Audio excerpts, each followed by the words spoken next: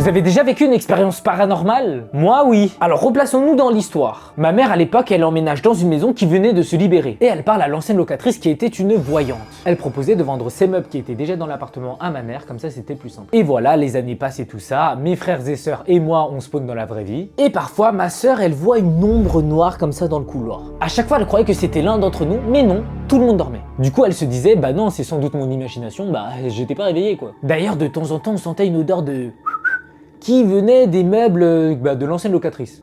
Coïncidence de fou là, un peu, non? Et aussi, à mes 12 ans, ma maison, elle prend feu. Et il faut savoir que chez les Asiatiques, tous les darons, ils ont un hôtel bouddhiste. Au cas où, on sait jamais, un hôtel, ça peut protéger. Bah dites-vous que toute la maison a complètement cramé, sauf l'hôtel. Bien des années plus tard, j'ai croisé une fille. Elle dit avoir vécu des dingueries, hein. Elle aurait prédit la de son meilleur ami. Elle verrait des esprits, entités, je sais pas quoi, vas-y, j'ai pas envie de savoir. Elle entendrait aussi parfois des choses, qui aussi l'appellent. Bref, elle ressent des choses que le commun des mortels ne ressent pas. Pour beaucoup, elle est schizo, ce que je comprends très bien, mais quand même pour tester, je lui ai raconté tout ce qui m'était arrivé. Et je lui ai demandé si j'étais un peu dans la merde, hein. Démons et tout ça, moi je connais pas trop. Et là, elle me répond, normalement non, mais ça dépend. Normalement, tu es pas en danger et ça peut s'expliquer. Elle me dit par exemple, si avant que j'étais là, il y avait une voyante, elle m'a pris shot. Et en gros, les voyants et les voyantes vont créer un lien entre nos deux mondes, le monde des humains et le monde des esprits, pour qu'ils communiquent entre eux. Mais comme ce canal est créé de manière très répétitive, bah ça laisse une trace. Et c'est pour ça que des esprits non dangereux passent par là. Les connaisseurs qui me regardent, dites-moi quand même si c'est vrai tout ça. Et tiens, je raconterai vos pires histoires paranormaux. Enfin, si j'atteins les 75 000 abonnés. Alors raconte ton histoire, abonne-toi, ciao ciao.